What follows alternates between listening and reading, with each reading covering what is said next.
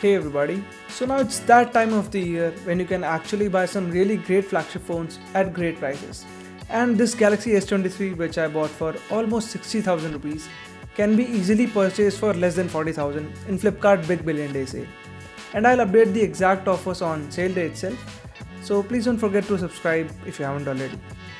And it will be in the range of 35 to 40,000 depending upon when you buy it. So is it the best value for money flagship in this budget or not? Well, let's find out in this video. But before we start, make sure you press that subscribe button for more videos like this one, as it will really help the channel out. Now I'll talk about 5 main things to look out before you buy this device. First one, build quality and hardware. Second, software and updates. Third, camera. Fourth, performance and battery. And fifth, the cons and conclusion. Starting off with the build quality. And here I feel like this is a solidly built device that is compact enough to be used with one hand, and you can reach the entire display easily with one hand only. And definitely I would not recommend using this one without a case or a skin if you want a really good resale value, which probably I won't be getting. The camera layout is something you may or may not like, as Samsung is using the same design for their budget phones as well as flagships, which is a little odd, and I think they should keep the design of flagship a bit different, as people pay extra for this and they expect the phone to look different from the lot. Though I don't have any issues with the arrangement of camera, I'll come back to the camera quality in just a second. The bezels on this display are also minimal, and I really like the fact that the punch hole is quite small, something you will stop noticing after a day of usage. And the display here is plenty bright to be used daylight or indoors. And overall I really like the display. It is quite crisp, has good viewing angles, and it is quite responsive too. Though this is not an LTPO display, but normal 120Hz one. And the display supports HDR here, so you can play videos on YouTube, but unfortunately Netflix does not support that. Lastly, the dual stereo speakers are decently loud, if not the best for a device of this size, and I think the bass here could have been a little better.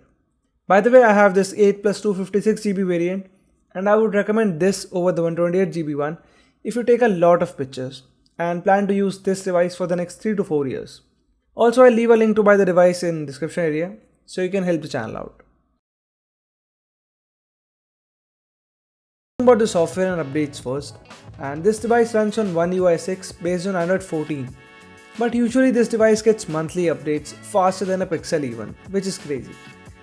And you may or may not like the skin, but it is loaded with useful features, and if you are in the Samsung ecosystem, this will complement your device as well, as it has tight integration. Though I am a stock Android fan, but I like the features here and the ease of use that OneUI provides. From tons of modes in camera to customize everything with good lock, it has everything. Plus the silent auto call recording is also there, which you will not find on any other device, as every OEM had to switch to Google Dialer. Overall, this phone has to get 4 major Android updates, and you are covered till Android 17, and 5 years of security patches, which thanks to Samsung and Google is not the industry best. And if you are fine with how OneUI looks and feels, you will be glad using it in your day-to-day life. Also, the battery life here, if you don't play any games, is quite decent for a battery of this size. I did not expect it to last at least 5 to 6 hours on 5G, and it has definitely reduced after this OneUI 6 update, and sadly Samsung has not fixed it. The device had a really great battery life before with OneUI 5, which is now average. But the device is able to hold up fine for a light day of usage, and I would say stay on Android 13 for the best results, as it takes around 1 hour 20 minutes to fully charge, and I am really annoyed by that. So if battery life is your priority, then I would not recommend this device to you. Talking about the camera aspect now, and there are like 4 cameras in total, 3 on the back and 1 on the front. And the megapixel counts are something I'll not focus on, and honestly I really love the output that I get from the camera on this device, be it from any sensor, front or back. And what I really mean here, you can see in the sample images on your screen. They look really aesthetic out of the box and ready to be shared on the social media. But if you don't like this look, then you can turn off Samsung optimization in the camera settings. Overall, it can take some really great images that have ample amount of details, be it in daylight or at night. The images taken in daylight have good amount of details and good dynamic range, and the HDR does not blow off subjects.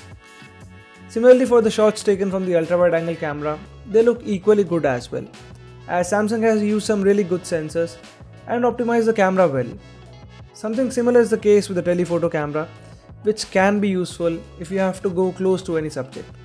And there is also 2x and 3x in portrait mode. You can take some really decent portrait shots with this one, and you can see the edge detection is pretty accurate too, and the images look sharp.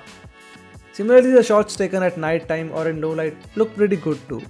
And here are some samples on your screen. The front facing camera can also take some good selfies that have ample detail, and the skin tones are pretty natural too.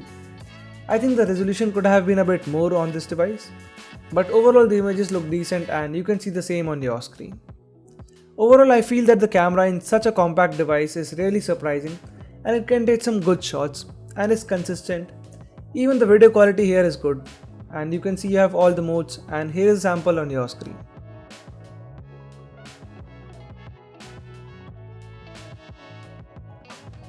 Let's talk about the performance now, and this device runs on Snapdragon 8 Gen 2 platform for Galaxy, and this is a really well optimized SoC, which is right second best in top of Android world. It is still not comparable to Apple Silicon, but you can use this device for anything and everything. And you can play games like BGMI or Genshin Impact easily with this one, and you can have like 10 to 20 apps open in the background.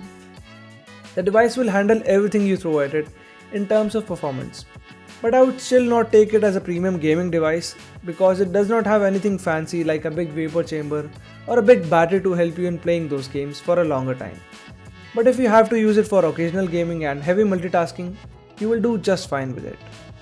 Now talking about the cons in the first year of usage, and that would be the charging time and charging speed, which is still very slow for a device in 2024. It charges this device at 25 watts max with the Samsung PD charger, and you have to spend extra 1000 rupees for that. Also, I don't like the fact that it takes 1 hour 20 minutes to fully charge, though the speed is fine for a quick top up, but I think the charging speeds could have been better. Secondly, as I said, the frame here is a bit weak and soft, and you'll have to take care of it. Thirdly, these camera rings pick up the dust quite quickly. I don't like that. And apart from all this, the call quality here is fine. It has enough 5G bands, and the performance on 5G is good too. And even the Wi-Fi reception is good. And lastly, you may not like OneUI as a skin because it is far from stock Android. So if you are a fan of stock Android and quick updates, then you should go with Pixel 8 or 7 or even the Nothing phone.